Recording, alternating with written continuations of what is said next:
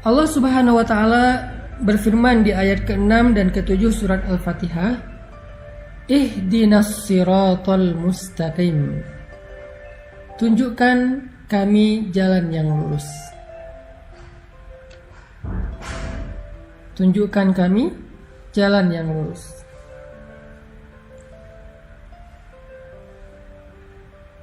Saya menyampaikan di pertemuan sebelumnya bahwa surat Al-Fatihah itu adalah Ummul Quran. Ibunya Al-Quran 30 juz. Sehingga apa yang ada di dalam Al-Quran dari Alif Lam Mim sampai surat An-Nas itu semuanya dikandung maknanya di dalam 7 ayat surat Al-Fatihah. Semuanya dikandung di dalam 7 ayat surat Al-Fatihah. Jadi dia 7 ayat tetapi ada di dalam sekian ribu ayat Al-Quran. Makanya disebut dengan Ummul Quran, atau disebut juga dengan As-Sab'ul Mathani, 7 ayat yang diulang-ulang. Salah satu di antara makna 7 ayat yang diulang-ulang, selain diulang-ulang di dalam sholat, juga berarti diulang-ulang penjelasannya, diulang-ulang pemaknaannya di dalam ayat-ayat yang lain di seluruh ayat Al-Quran. Ini ajaibnya surat Al-Fatihah. Makanya saya selalu bilang, siapa yang membaca surat Al-Fatihah, maka seperti membaca 30 juz Al-Quran. Keutamaannya kayak gitu. Termasuk ayat ke-6 ketika Allah berfirman, Ihdinas siratal mustaqim. Tunjukkan kami jalan yang lurus. Jadi di sini teman-teman kita berdoa agar Allah tunjukkan kita jalan yang lurus. Kita minta, ya Allah, beri kami petunjuk. Tunjukkan kami jalan yang lurus. Gimana caranya kami hidup? Gimana caranya kami mengisi hari-hari kami?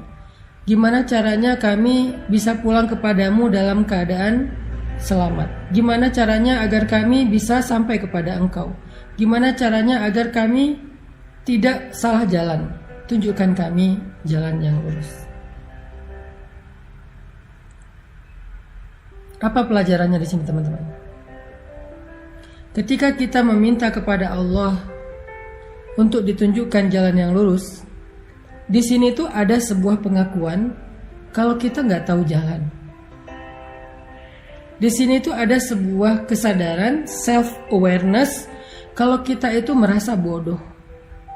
Kalau kita tuh merasa nggak tahu apa-apa, Allah lebih tahu, Allah lebih berilmu, Allah lebih maha mengerti, Allah lebih bijaksana. Kita tuh bodoh, awam, nggak tahu apa-apa. Di sini sebuah iktiraf, sebuah pengakuan. Sehingga kalau ada orang yang membaca ayat Ihdinas siratal mustaqim, tetapi dia merasa lebih tahu daripada Allah, berarti dia belum membaca Ihdinas siratal mustaqim. Apapun bidang ilmu yang kita kuasai, kita tuh bodoh teman-teman. Apapun keahlian kita, kita tuh awam. Jangan ketika kita diberikan sedikit ilmu oleh Allah, menjadi seorang saintis, menjadi seorang dokter ahli, menjadi seorang profesor, menjadi seorang konsultan dan seterusnya, kita merasa lebih tahu daripada Allah. Itu enggak Ihdinas siratal mustaqim. Ketika kita menjadi seorang desainer, kita merasa lebih tahu fashion pakaian yang lebih baik daripada fashion style yang Allah udah jelaskan di dalam Al-Quran. Itu enggak Ihdinas siratal mustaqim. Orang yang benar membaca Ihdinas siratal mustaqim itu ketika dia baca Ihdinas siratal mustaqim, ya Allah tunjukkan kami jalan yang lurus, pada saat yang sama dia ngerasa bodoh. Dia ngerasa nggak tahu apa-apa. Dia ngerasa nggak ngerti apa-apa. Dan dia jujur minta petunjuk dari Allah, yang kalau Allah beri petunjuk dia akan ikuti. Itu baru benar membaca Al-Fatihah. Itu baru benar membaca Ihdinas siratal mustaqim. Tapi kalau dia baca Ihdinas siratal mustaqim, ya Allah tunjukkan saya jalan yang lurus, lalu Allah tunjukkan jalannya tentang masalah finansial, Bisa jadi kita seorang konsultan finansial. Bisa jadi kita seorang ahli ekonomi. Bisa jadi kita seorang bankir. Bisa jadi kita seorang trader yang main saham dan seterusnya. Kita baca ihdinas siratal mustaqim, lalu Allah tunjukkan petunjuk. Allah tunjukkan jalan yang benar dalam masalah finansial. Salah satunya adalah janganlah kamu makan dari hasil riba. Janganlah kamu mempraktekkan riba. Terus kita bilang, wah ini sistem sebetulnya sehat buat ekonomi kita. Sebetulnya sistem riba itu nggak murni bermasalah sih, secara finansial tuh bagus, asalkan kita bijak mengelolanya dan segala macam. Berarti kita belum membaca ihdinas siratal mustaqim. Berarti kita belum benar-benar menyadari kalau kita tuh bodoh, Allah lebih tahu. Rabbi ana jahilun wa anta alimun. Ya Rabbi, saya itu bodoh dan Engkau maha tahu. Makanya saya bertanya kepadamu, makanya saya meminta kepadamu, ihdinas siratal mustaqim. Kalau kita bertanya kepada seseorang, terus kita membantah, kira-kira apa pendapat orang tentang itu? Berarti kita nggak bertanya, kita sok tahu, atau kita mengetes dia, atau kita keras kepala dan seterusnya. Makanya kalau kita baca ihdinas siratal mustaqim yang benar, haqqut tilawah, kita mulai dengan self awareness. Kita mulai dengan kesadaran tau'iyah, wa'yun nafs, kesadaran diri. Kita mulai dengan iktiraf, pengakuan bahwa kita bodoh. Allah maha bijaksana, Allah maha tahu. Makanya kita minta kepada Allah, makanya kita bertanya kepada Allah, makanya kita memohon kepada Allah, ihdinas siratal mustaqim. Ya Allah, tunjukkan kami jalan yang lurus.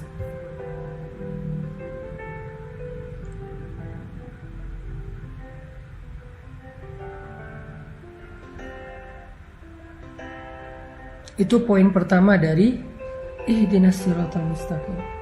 Begitu juga nanti kasus-kasus yang lain dalam kehidupan kita, tentang parenting, tentang fatherhood, tentang super mom, tentang ibu, tentang ayah, tentang orang tua kepada anak harusnya kayak gimana. Allah udah ngasih kita beberapa guidance cara mendidik anak yang paling baik.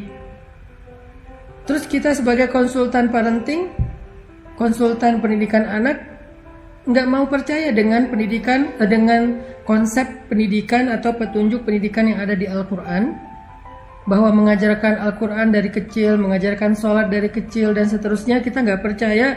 Kita lebih percaya dengan kurikulum buatan kita sendiri, atau buatan manusia, atau buatan para ahli katanya. Berarti kita belum benar-benar punya self awareness saat membaca ihdinas siratal mustaqim. Apapun tentang kehidupan kita, Allah lebih mengerti daripada kita.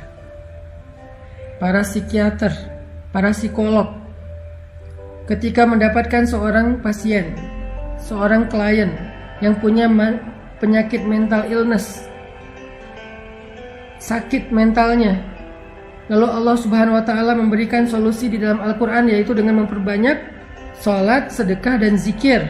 Di dalam surat Al-Ma'arij, manusia itu halu'a, jazu'a, manu'a, labil intinya, illal musallin, kecuali orang yang sholat dan dawam dengan sholatnya. Artinya memperbanyak sholat sunnah, ada terapi ibadah. Dia nggak mau menyarankan terapi spiritual karena dia nggak percaya dengan spiritual healing. Dia lebih percaya dengan psikologinya, dan psikologinya berasal dari Sigmund Freud, bukan berasal dari Al-Quran. Bahkan kadang-kadang bertabrakan teorinya. Berarti dia belum membaca ihdinas siratal mustaqim. Dia merasa lebih tahu daripada Allah.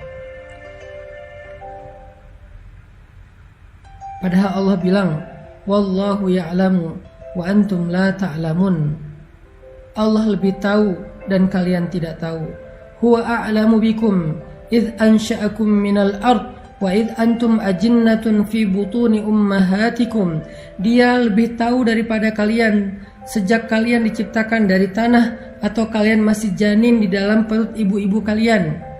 La tuzakku anfusakum. Jangan merasa sok tahu, merasa udah paling pintar, kata Allah.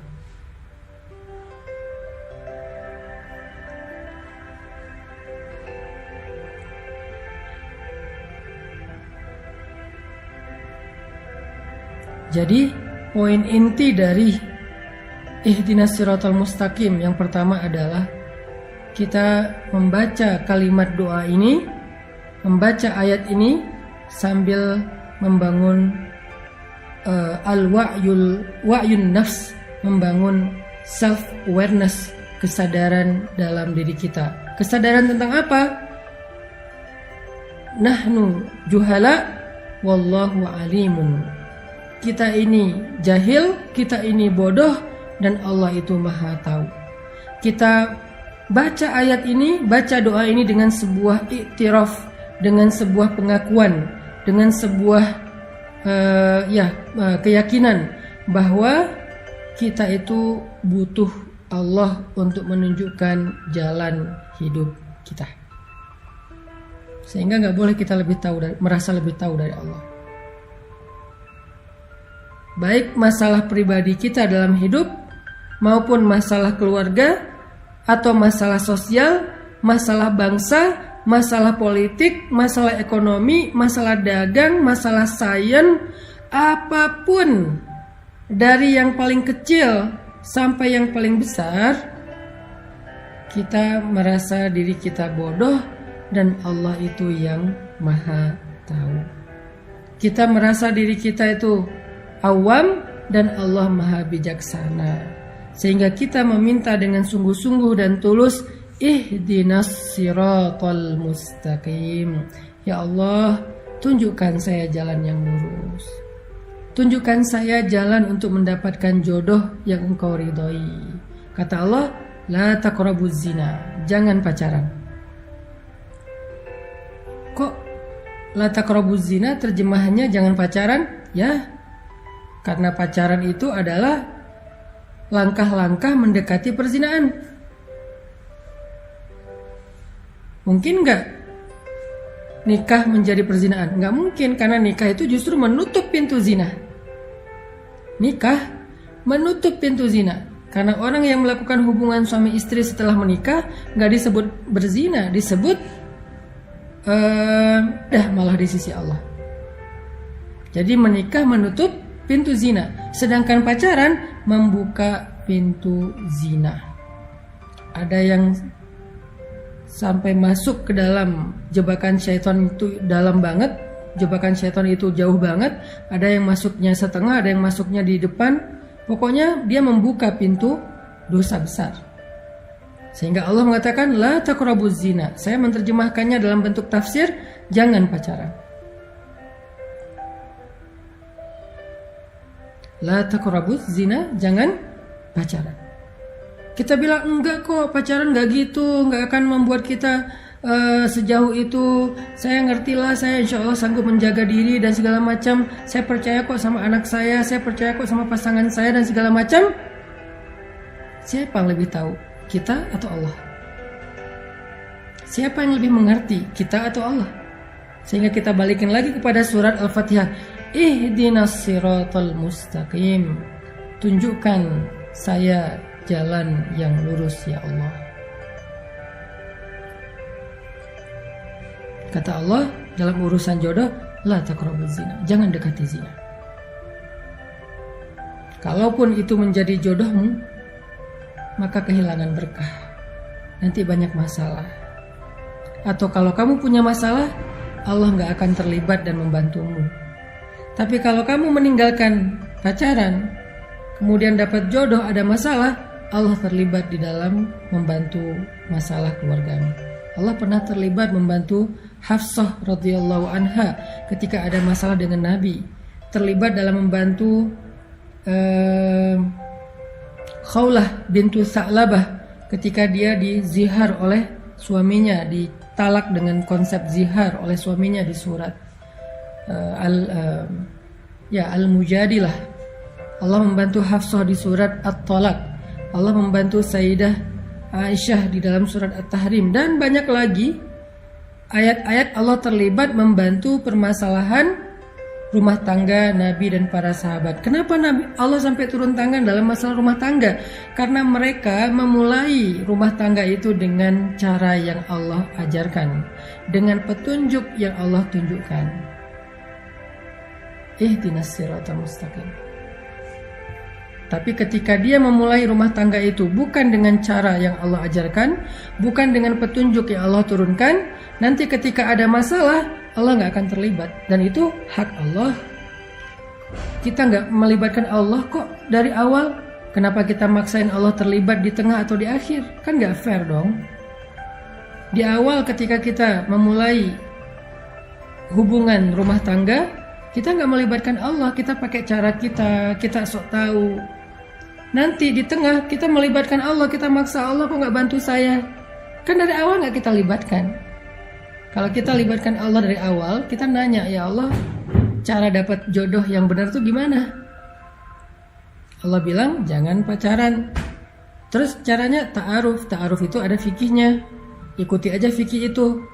Kalau belum berhasil, sabar dulu. Allah sediakan yang lebih baik. Kalau belum datang juga, sabar dulu. Berarti yang lagi disiapkan itu istimewa, makanya butuh waktu. Sampai ketemu, nanti ada masalah, Allah akan terlibat dalam menyelesaikan masalah kita atau bahkan membela kita. Karena kenapa? Kita libatkan Allah dari awal. Gimana melibatkan Allah dari awal? Ngikutin petunjuk yang Allah sudah turunkan. Ihdinas siratal mustaqim.